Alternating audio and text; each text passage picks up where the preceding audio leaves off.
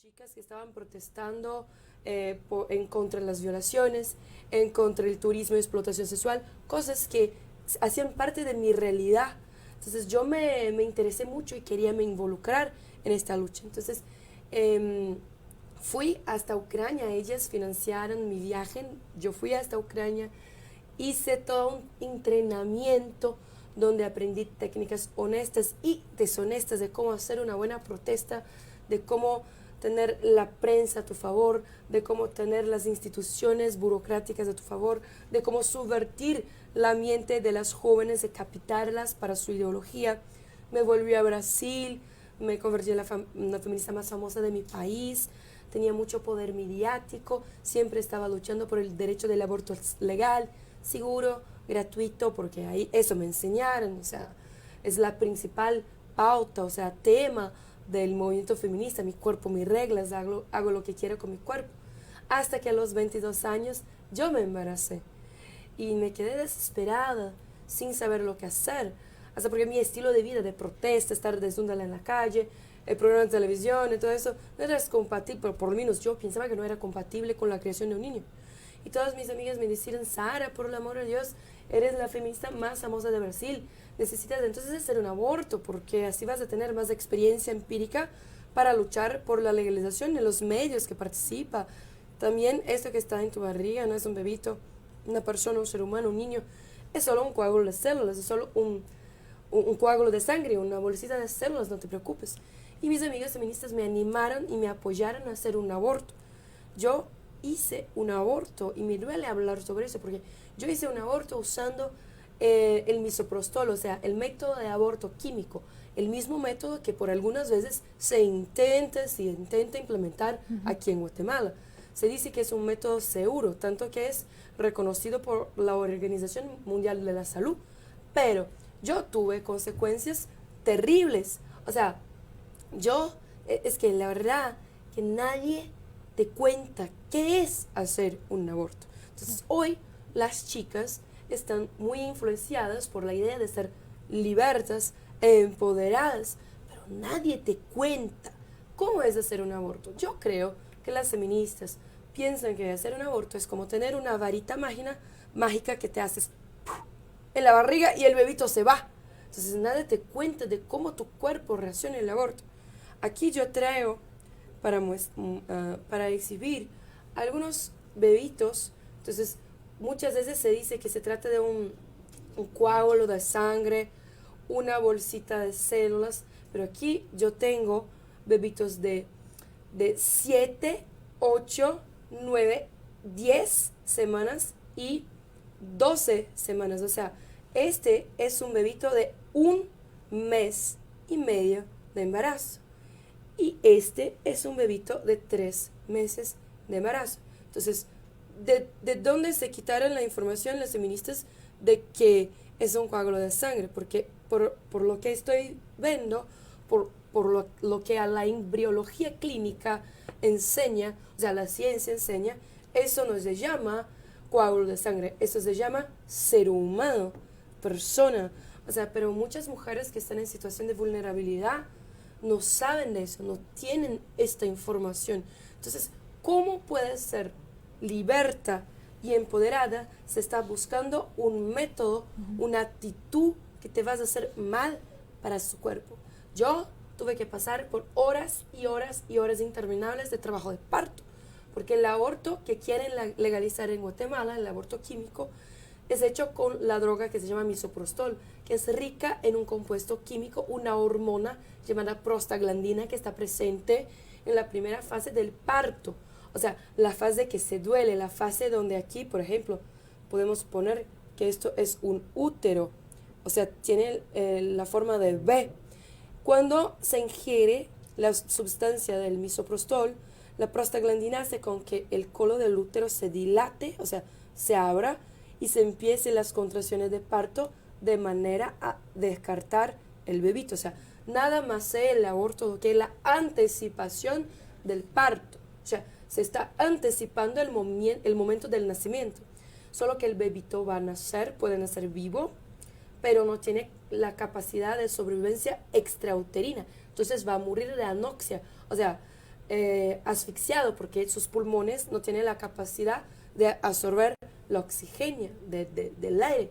O puede salir muerto, o puede salir en pedazos, o puede no salir. Y si no salir, ¿qué se pasa? Hay que hacer un procedimiento llamado curetaje, donde se tiene que coger una cureta, inserirla en el canal vaginal hacia el útero. La cureta es como una cucharita hecha de azo quirúrgico que te mete en su vagina hasta tu útero a quitar los pedazos de bebito, el saco amniótico, la placenta y el cordón umbilical. O sea, ¿de dónde se quitaron las feministas que eso parece un procedimiento seguro o bueno o empoderador? Porque yo no sentí empoderamiento, yo sentí dolor de todas las partes, un arrepentimiento que hasta los días de hoy lo siento.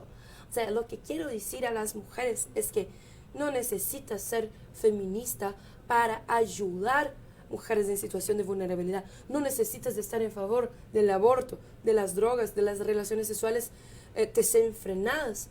Porque cuando yo sufrí una hemorragia que casi me llevó a la muerte por cuenta de un aborto, entre comillas, legal y seguro, como seguro, yo tuve una hemorragia. Y mis amigas feministas, por más que yo las pedí socorro, ayuda, me dejaron para morir. Entonces, después de esta experiencia de casi morir y ser dejada por mis amigas feministas para me convertir en estadística de muerte por aborto, yo entendí que esto no era una cosa buena y que para involucrarme y luchar en contra de la violencia de la mujer, yo no necesito ser feminista, yo no necesito adherir o estar bajo una ideología. Yo puedo respetar mis convicciones, mis principios, los enseñamientos que mi familia me regaló. Yo no necesito salir a la calle, mostrar mis pechos o ni ser tan radical, pero yo no necesito ser tan totalitaria como hoy son las feministas. Solo hoy las mujeres, yo siempre digo que hoy las mujeres en situación de violencia o vulnerabilidad, ellas no necesitan feministas locas saliendo con el pecho afuera, con cartelitos en la calle, o tampoco necesitan de feministas bailando esta cosa que está en la moda, que dice, y la culpa no era mía, el violador eres tú. Mientras hay 200 mujeres bailando para la prensa, hay mujeres que realmente están muriendo, están siendo violadas, traficadas internacionalmente, que están en la prostitución, que están en situaciones de adicción.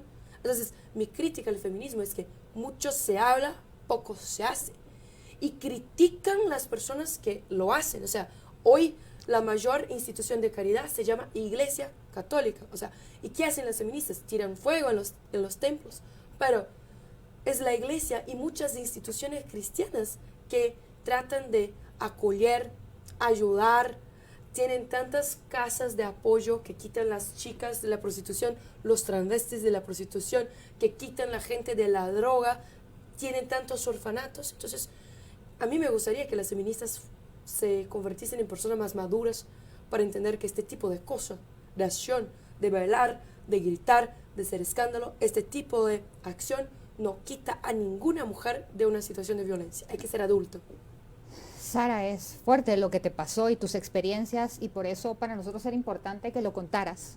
Y por eso te hemos dejado hablar bastante, porque la gente tiene que entender que no es lo mismo decirlo y contar un cuento que vivirlo. Sobre apoyar a estas mujeres y hacerles ver que este no es el camino, ¿cuál recomiendas tú que es el método de acción para las personas que quieren apoyarlas? Porque como dices tú, a ti te pasó desde el entorno familiar, que es la mayoría de veces empiezan en los entornos familiares hacia afuera. ¿Cómo puedes apoyar a estas mujeres para que entiendan que además el feminismo se ha vuelto un movimiento político, más bien, no es más que otra cosa? Y muchas veces las mujeres no necesitan esta polarización, necesitan de políticas públicas, de seguridad pública, de derechos humanos, entonces, y necesitan también manos de caridad, porque el bien común no se hace solo a partir del Estado, pero también del principio de participación de los ciudadanos, de los individuos que componen una sociedad. O sea, hoy, por ejemplo, yo en Brasil manejo 3 casas pro vida. Son casas donde cuando una chica, una mujer embarazada que está en una situación de vulnerabilidad busca hacer el aborto, la convencemos de no hacerlo. O sea, pero no las tiramos en la calle, en la basura, las damos todas las condiciones de mantener su embarazo hasta el final, con obstetra, psicólogo, psiquiatra, asistente social, abogado. La acompañamos durante el parto, el posparto, las que están viviendo en la calle, en la prostitución, que están en situación de drogadicción o hasta viviendo bajo techos con maridos abusivos. Tenemos casas donde ellas pueden vivir con nosotros y pueden vivir hasta 1000 días, pero nunca se quedan 1000 días. ¿Por qué? Porque les damos formaciones de emprendedorismo, de artesanía, de uña, de peluquería, de maquillaje, de todas las cosas y las ponemos en el mercado de trabajo.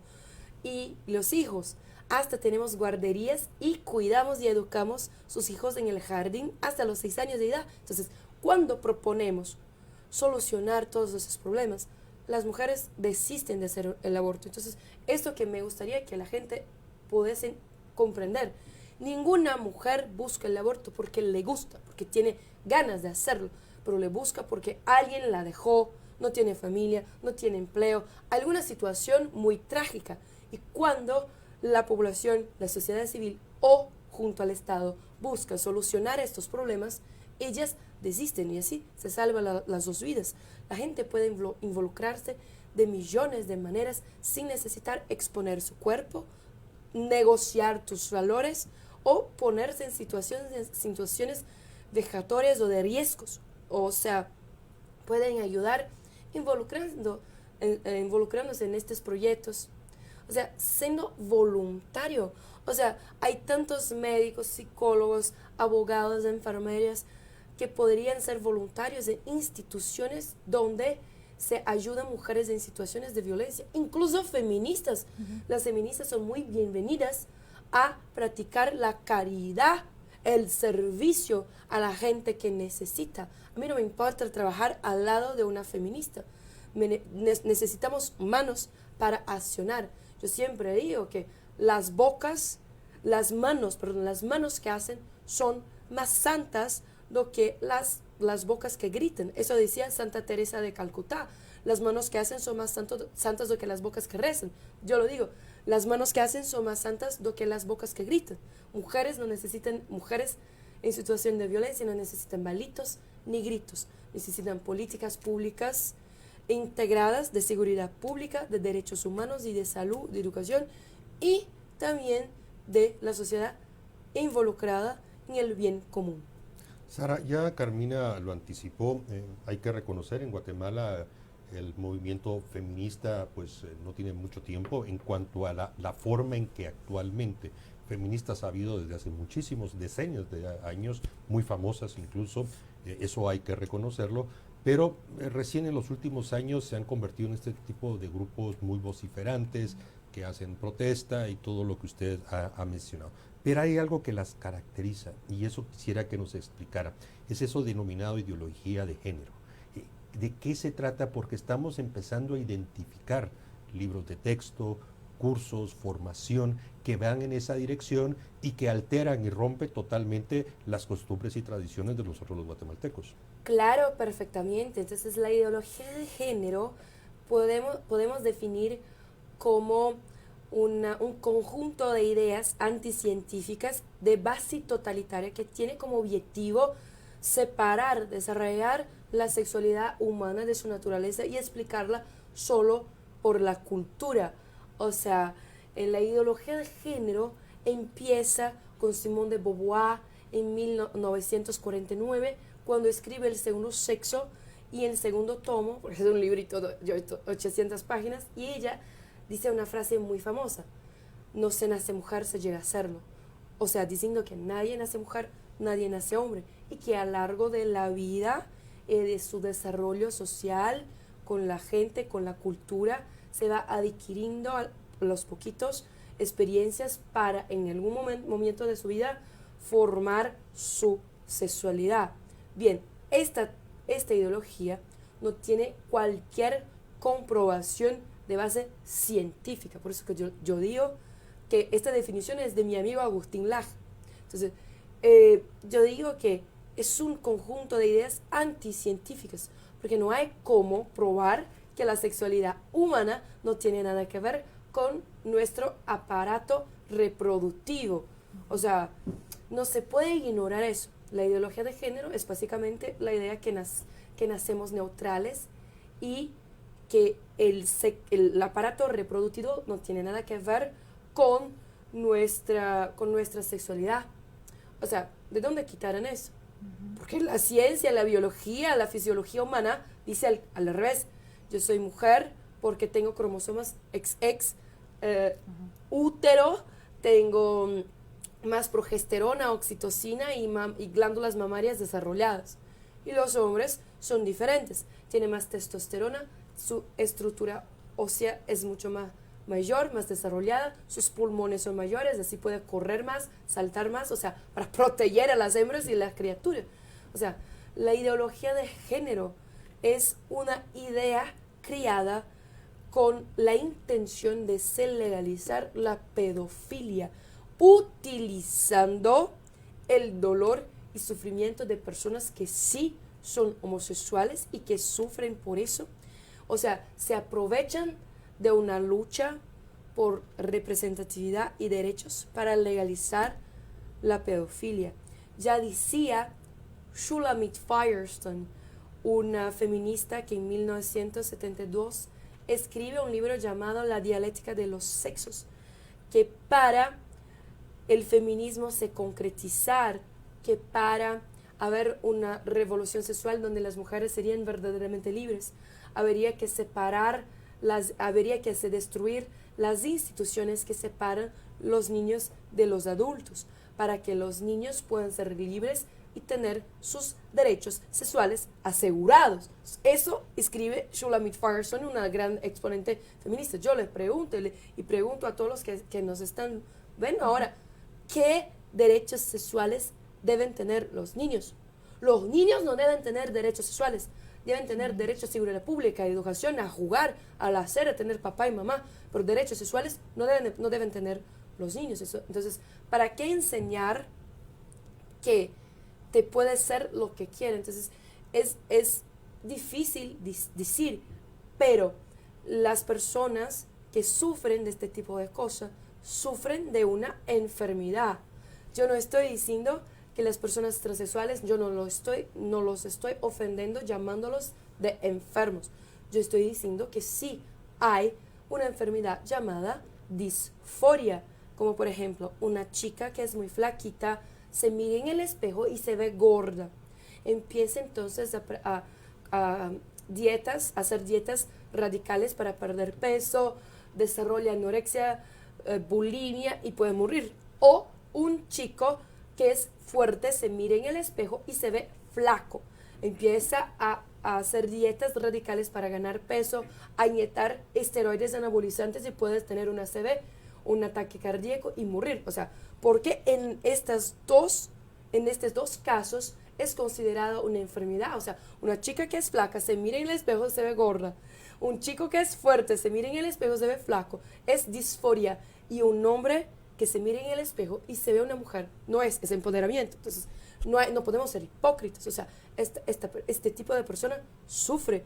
Imagina ser mujer y se mirar en el espejo y no se ver, no se identificar. Pero yo creo que es más fácil cambiar eso do que mutilar a su cuerpo. Incluso mucha gente piensa que eso nunca va a llegar a Guatemala, pero en Brasil hace ya desde 6 años que el gobierno subsidia la cirugía de cambio de sexo.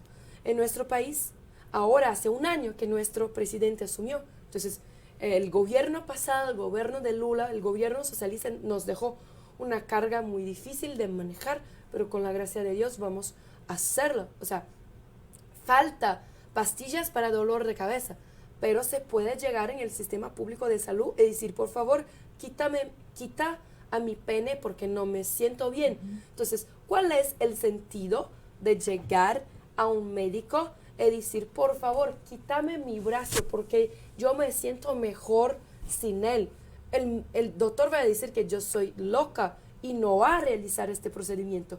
¿Pero por qué se realiza el procedimiento de quitar los senos o el pene? ¿Cuál es la diferencia entre los tres? Ninguna. Son órganos que tienen una función específica en nuestro cuerpo. O sea, estas personas sufren, necesitan de políticas públicas, pero el movimiento gay, el lobby LGBT, está haciendo una cosa horrible, que es utilizar el dolor y sufrimiento de estas personas para manejar una lucha y una ideología política.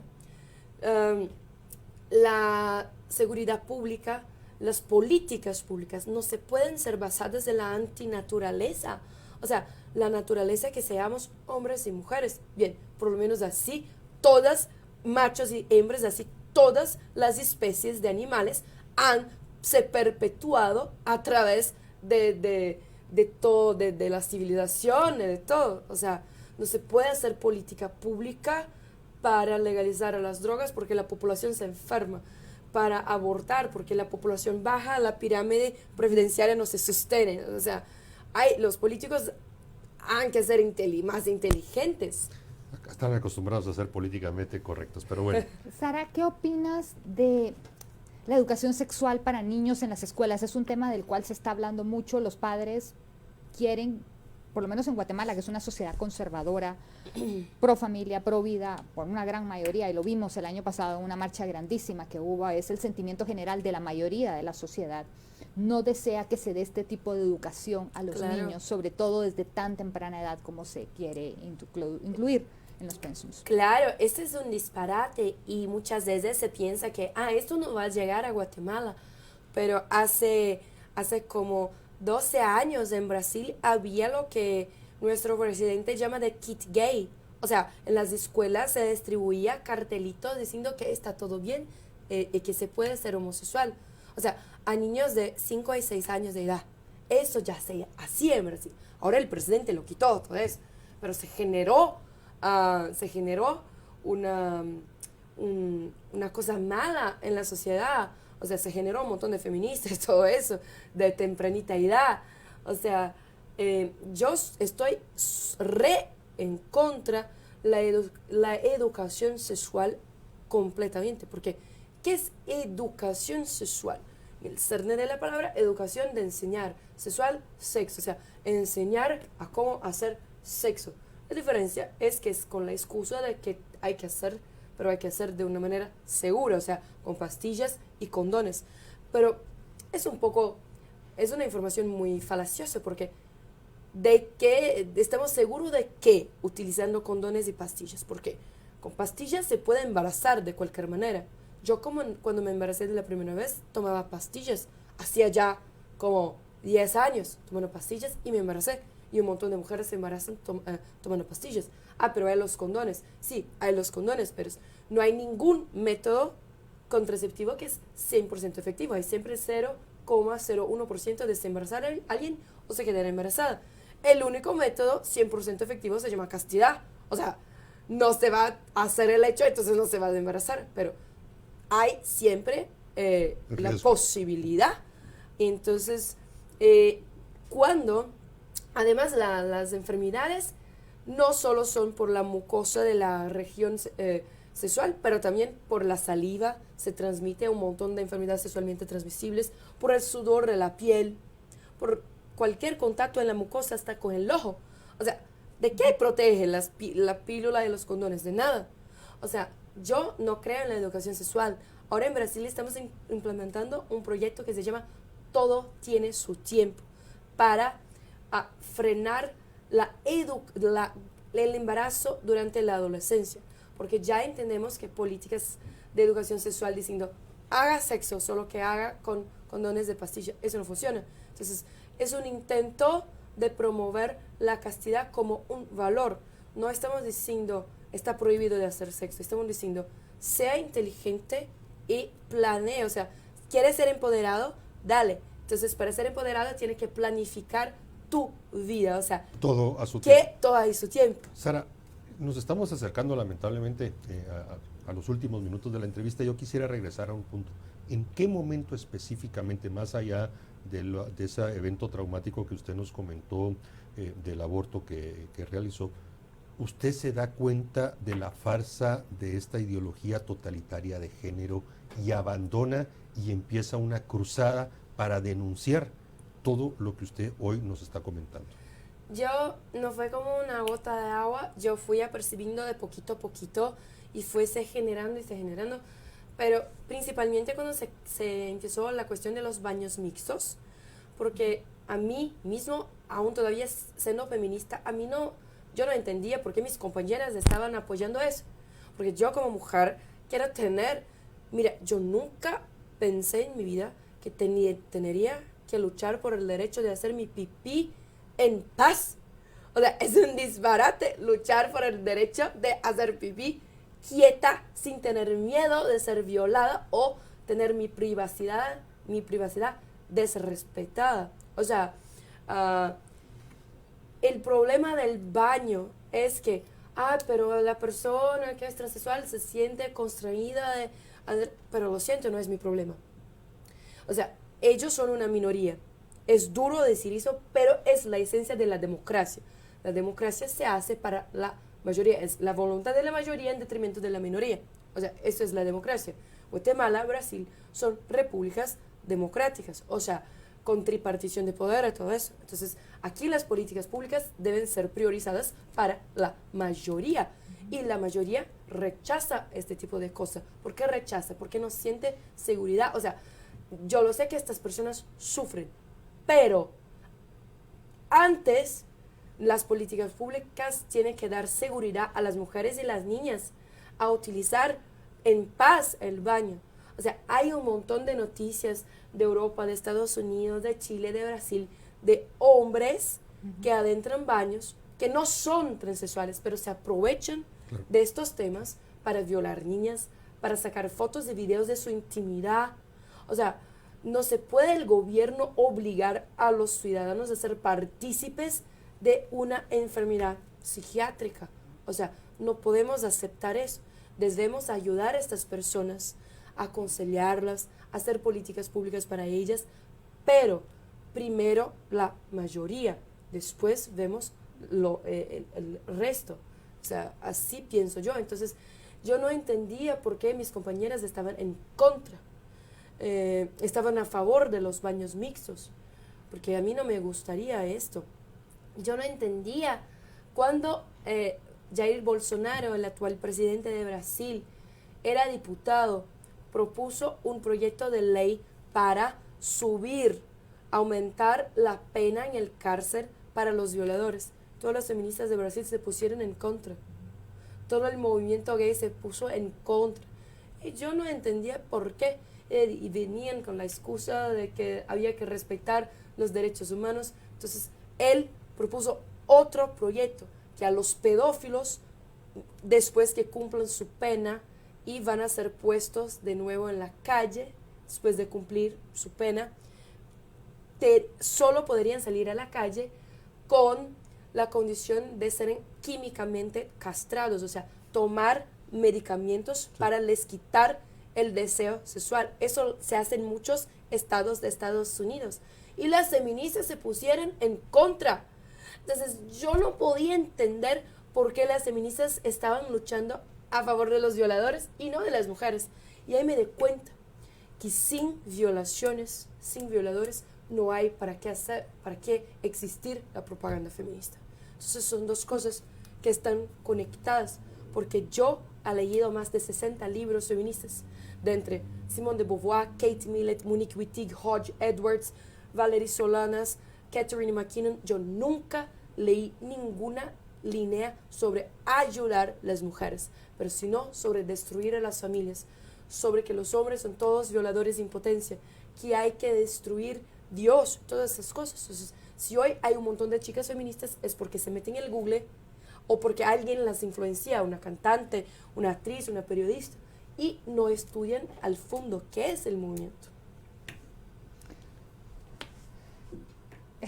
Las redes sociales obviamente están explotando porque dicen que están nuevamente descalificando a la persona y no el mensaje que estás dando. Justamente lo que acabas de decir de los baños infantiles, sale hoy la noticia de una sentencia en Estados Unidos de un muchacho que abusó sexualmente en un baño precisamente mixto de estos para todos, ¿verdad? Entonces, Sara, ¿cuál sería tu mensaje? Y cuéntanos también sobre tu entrevista, de la conferencia que vas a dar.